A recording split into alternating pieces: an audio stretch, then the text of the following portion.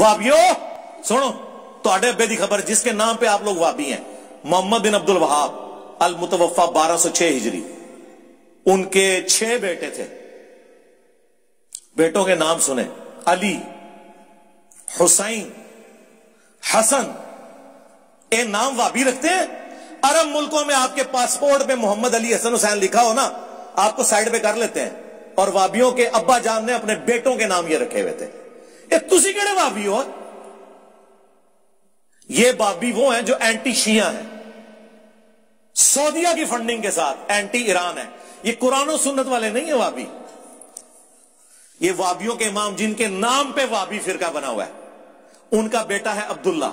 उसने किताब लिखी सीरतुर रसूल, जो वहाबी मुफ्त तकसीम करते हैं।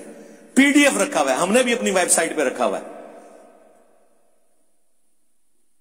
सीरतुर रसूल। और ये वो किताब है कि अर्रहीकुल मख्तूम, जिसे सऊदीया का सबसे बड़ा शाह फैसल अवार्ड जिस किताब को सीरत की मिला था ना, सफीउर रहमान मुबारकपुरी रहिमहुल्लाह, कुछ अरसा पहले ही फौत हुए हैं, चंद साल पहले। उस किताब में इस किताब के हवाले हैं। इससे अंदाजा लगाएं ये कितनी बड़ी किताब है। सीरत की पहली किताब इब्न इसहाक ने लिखी, अनस इब्न मालिक के शागिर्द। उसे मुख्तसर किया सीरत इब्न हिशाम ने रहिमहुल्लाह ताला। और फिर बाद में अगर कोई मुख्तसर हुई है तो ये है वो, हमने स्टॉल पे रखी हुई है, आप ले भी सकते हैं, नो प्रॉफिट नो लॉस के ऊपर। उसमें आप ये जरा सुने कि वो क्या लिखते हैं। लिखते हैं कि हजरत मुआविया रज़ियल्लाहु ताला अन्हु ने अहले शाम समेत सैयदना अली की बैत नहीं की, फिर उनकी सिर्फ मुखालफत ही नहीं की, बल्कि उन पर कत्ल उस्मान में इयानत और उस पर रजामंदी का इल्जाम लगाया कि उस्मान को अली ने मरवाया, नाऊज़ु बिल्लाह। और जिसके बेटे हसन हुसैन उस्मान के दरवाजे पर रज़ियल्लाहु ताला अन्हु अलैहि सलाम खड़े हो उनकी हिफाजत के लिए, उनके ऊपर इल्जाम लगा रहे हो। वो कहते हैं इल्जाम तो लगाया, मगर अल्लाह ने सैयदना अली को इस इल्जाम से बचा लिया। ये मैंने कभी कहा है? इनका वाबियों का अब्बा लिख रहा है। और जवाब चाहिए है, तुहाडे अब्बे दे बारे फतवा चाहिए। नीम रावजी लगाया हुआ है। नासबियो आधी हदीस बताइए जी, मौला अली ने फरमाया मेरी वजह से 2 फिरके जहन्नम में जाएंगे और 2 गुमराह होंगे, एक मेरी मोहब्बत में गुलूफ करके, एक मेरी दुश्मनी में। मोहब्बत वाले वो जी रावजी, तो दुश्मनी वाले अल्लाह माफी दे आपा। हाँ, वो साढ़े शहजाद भाई कहते हैं अपनी लैंग्वेज।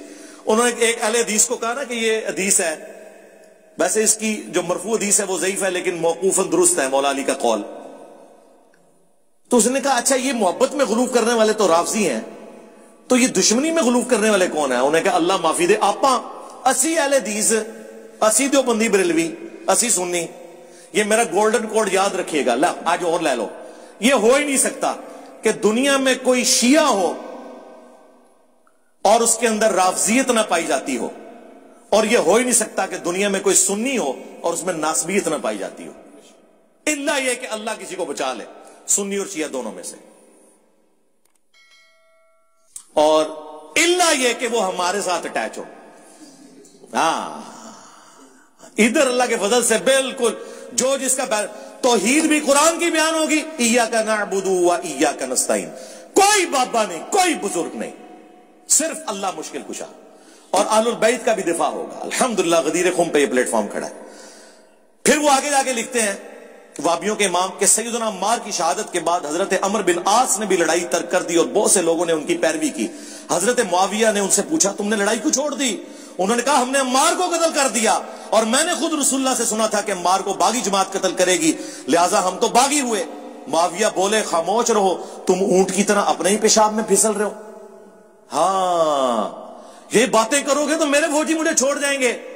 मैंने तो अपने फौजियों को कोई और ही कहानी करवाई हुई है। अल्लाहु अकबर।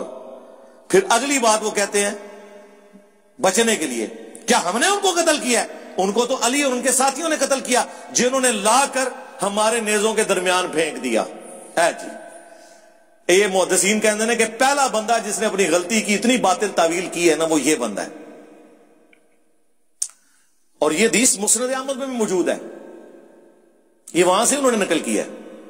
लेकिन कमाल है, इसके ऊपर जो मौला अली ने जवाब दिया ना, वो फिर उन्होंने नकल किया साथ। मौला अली ने फिर फक्की दी है, جب مولا علی کو خبر پہنچی نا کہ عمار جو میری طرف سے شہید ہوا ہے وہ میرے کھاتے میں ڈال دیا انہوں نے کہ جی میں ساتھ لایا ہوں اس لیے مخالفین نے شہید کیا ہے، تو مولا علی نے اس کے جواب میں کہا کہ اس کا مطلب یہ ہے کہ معاویہ یہ کہنا چاہ رہا ہے کہ حمزہ کا قاتل رسول اللہ ہے کہ نہ عہد میں لے کے آتے نہ کافروں کے ہاتھوں حمزہ قتل ہوتا.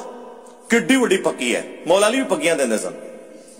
اور اس سے یہ بھی پتا چلا کہ اس طریقے سے اس لہجے میں بات کرنا گستاخی نہیں ہوتی. یہ نہیں ہو سکتا کہ آپ کہیں کہ رسول اللہ کی توہین کر دی کہ رسول اللہ کو قاتل کہہ دیا حمزہ کا. بھائی سمجھانے کے لیے جملے بولنے پڑتے ہیں. یہ میں آپ لوگوں کو ایک علمی پوائنٹ دے رہا ہوں. ویسے ایبسولوٹلی تو آپ نے کہنا تھا کہ حضرت علی نے یہ فرض کر لیا ہے کہ قاتل حمزہ جو ہے رسول اللہ ہے. نہیں، سمجھانے کے لیے فرض کیا ہے جو قرآن میں آیا قل ان کان للرحمن ولد فانا اول العابدین. اے نبی تم فرماؤ اگر رحمان کا کوئی بیٹا ہوتا سب سے پہلے میں اسے پوج رہا ہوتا.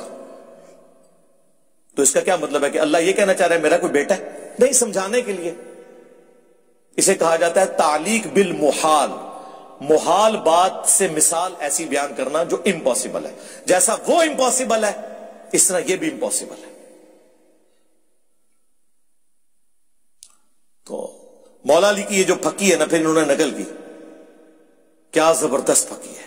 یہ ممن الواب صاحب ہے، یہ بابی پتہ نہیں کس کی اولاد ہے. ہاں جی.